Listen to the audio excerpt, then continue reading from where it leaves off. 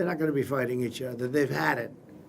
They've had a big fight, like two kids in a schoolyard. You know, they fight like hell. You can't stop them. Let them fight for about 2-3 minutes, then it's easier to stop them. And then Daddy has to sometimes use strong language to You have get to it use stopped. strong language. Every once in a while, you have to use a certain word. I think we have to join the others. The great thing is you took out the nuclear capability of Iran.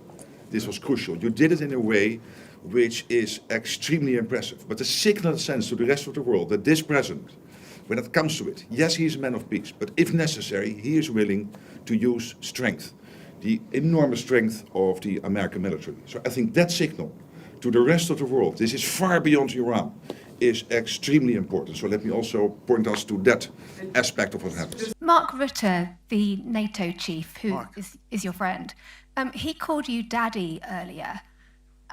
Do you regard your NATO allies as kind of children? No, he likes me. I think he likes me.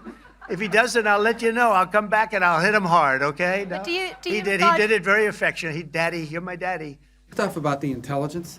This is what a leaker is telling you the intelligence says. That's the game these people play. They read it, and then they go out and characterize it the way they want it characterized, and they're leakers. This is the game they play. So that's number one. Number two, here's a fact. The conversion facility, which you can't do a nuclear weapon without a conversion facility. We can't even find where it is, where it used to be on the map. You can't even find where it used to be because the whole thing is just blackened out. It's gone. It's wiped out. It's wiped out. Then we dropped 12 of the strongest bombs on the planet right down the hole in 2 places. Everything underneath that mountain is in bad shape. And I refer you to the statement of the IAEA, Mr. Grossi. Yes. You know what he said? He said there was Iran, the way it looked the day before the attack, and what their nuclear program looks like now. 2 very different things. They are way behind where they were just 7 days ago. Now, anything in the world can be rebuilt, but now we know where it is. And if they try to rebuild it, we'll have options there as well. But all this leaker stuff, these leakers are professional stabbers. That's what they are. They go out and they read this stuff, and then they tell you what it says against the law, but they characterize it for you in a way that's absolutely false. There's no way Iran comes to the table if somehow nothing had happened. This was complete and total obliteration. They're in bad shape. They are way behind today compared to where they were just 7 days ago because of what the president did. Marco, can I just alert you to one other aspect? So the great thing is you took out the nuclear capability of Iran. This was crucial. You did it in a way which is extremely impressive. But the signal sends to the rest of the world that this president, when it comes to it, yes, he is a man of peace, but if necessary, he is willing to use strength, the enormous strength of the American military. So I think that signal to the rest of the world, this is far beyond Iran, is extremely important. So let me also point us to that aspect of what happens. They went down, Iran went down to the site afterwards. They said it's so devastated, and they settled when they saw what we did to it. And frankly, if we didn't do that, they would have had a lot of ammunition to keep going. They wouldn't have settled. Somebody brought that up, and 2 Iranians went down to see it, and they called back, and they said, this place is gone. So it's just fake news by CNN, which has got no ratings. It's a failed network. Anybody here from CNN, by the way? Because you're a really disgraceful network. MSNBC, I think, is actually worse. But they're all pretty bad. But yours is good, Katie, I'll tell you.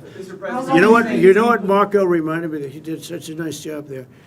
It was 9 years ago I had to debate this guy. He was not easy. I think he even got better. But when you were into your little thing, I said, this is when I had to debate this guy. You think it's easy to debate him? It's not easy. How long do you think that the Iranian nuclear program has been put back by these strikes? Years or totally? I think basically decades, because I don't think they'll ever do it again. I just don't think they're going to do it. I think they're going to take their oil, they're going to have some missiles, and they'll have some defense. I think they've had it. I mean, they just went through hell. I think they've had it. The last thing they want to do is enrich. They've been trying to do it. By the way, it's hard to enrich. And, you know, when you look at a site like that, very, very hard to build. Very, very hard, very expensive. They spent trillions of dollars trying to do this thing, and they didn't come up with it. And we're actually getting along with them very well right now. But had we not succeeded with that hit ended the war. That hit ended the war.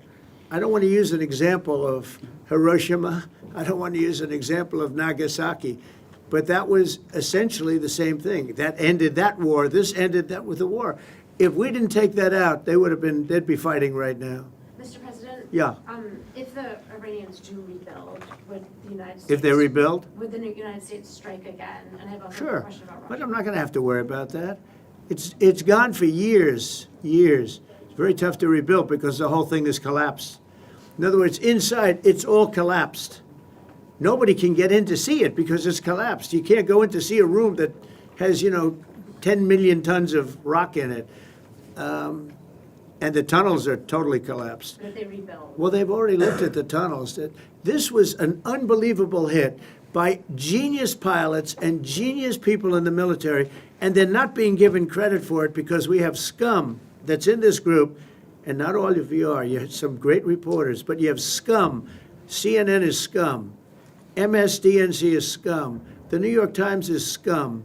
They're bad people. They're sick. And what they've done is they're trying to make this unbelievable victory into something less. Now, even they admit that it was hit very hard, okay? But it wasn't hit hard. It was hit brutally, and it knocked it out. The original word that I use, I guess it got us in trouble because it's a strong word. It was obliteration. And you'll see that. And it's going to come out. Israel is doing a report on it now, I understand. And I was told that they said it was total obliteration. They have guys that go in there after the hit, and they say it was total obliteration. And, I don't want it for me. I want it for the pilots. I want it for the military. They did such a good job. If you were in the Situation Room with me, with the generals and all of the people that did such a good job, and then they get demeaned by these idiots at CNN who can't get ratings, the place is dying. Nobody wants to even waste their time going on their shows. So they form with the New York Times, who's dying also. Without Trump, you wouldn't have a New York Times. And then just changing gears to your meeting with Zelensky later today, can you give us any preview of what the two of you might be discussing? No, well, we'll discuss the obvious. We'll discuss his difficulty. He's got a little difficulty. Zelensky, he's a nice guy. I mean, I'm going to meet him today. I don't know. I assume we're going to be discussing Ukraine. Yes. I mean, it seems like the most likely Is there any subject. restart talks there or anything that you might do? Well, we're going to see. I mean, I've spoken to Putin a lot, and he actually was very nice. He volunteered help on, as you know, on Iran.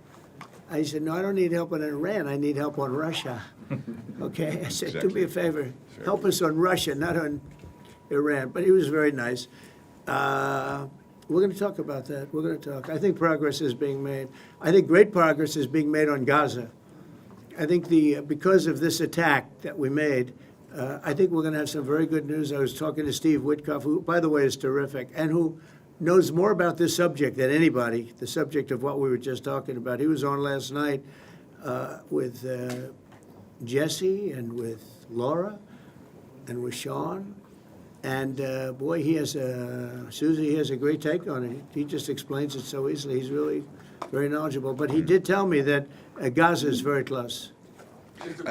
Don't we have to go to the others, I think. Oh, okay. Yeah, shall we go? One follow-up on Iran. Both you and Secretary Rubio and Hegseth mentioned the leak. But can you clarify, is the intelligence correct or is the intelligence wrong? Well, the intelligence was very inconclusive. Okay. The intelligence says we don't know. It could have been very severe. That's what the intelligence says. So I guess that's correct. But I think we can take the we don't know. It was very severe. It was obliteration. And you'd think that a media outlet would say, isn't that a great thing? I mean, more importantly for the pilots, for the military, you take their guts out. You take their absolute guts out. They had a tremendous attack. It was a complete obliteration. The other team, the other group, Iran, said, let's stop this. And you know what? Israel said it too. Very smart. They fought like hell, and then they said, let's stop. And they're going to build themselves. And I really see it as sticking. I mean, we may do papers on it, Marco. Maybe we're going to do papers. I don't even know if you need them. They're not going to be fighting each other. They've had it. They've had a big fight, like two kids in a schoolyard. You know, they fight like hell.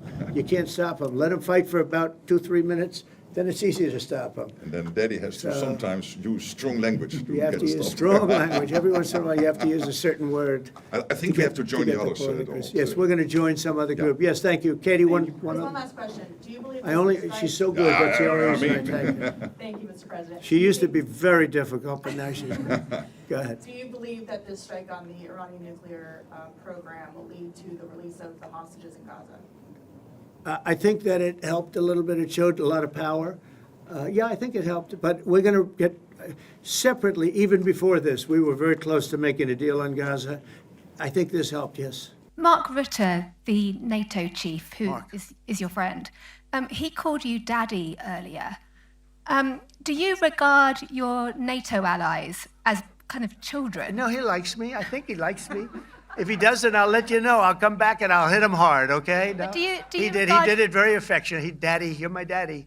Do you regard your NATO allies, though, as kind of like children, and they're obviously listening to you and they're spending more, and you're obviously appreciative of that, but do you hope that actually they're going to be able to defend themselves, defend Europe on their own without I think they the need United help a little States? bit at the beginning, and I But think in they'll the- be in the able end- to. And I think they're going to remember this day.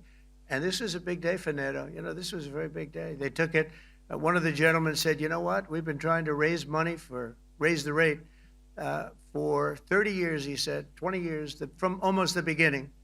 And he's been there for a long time. He said, until you came along, it never happened. What you did is amazing. It's been sort of an amazing day But do you for a lot of reasons, but also for that. Yeah, go Do you ahead. think they can do it without you, though, in the future? Can they do it without Well, the ask United Mark. States? I mean, you have to ask Mark.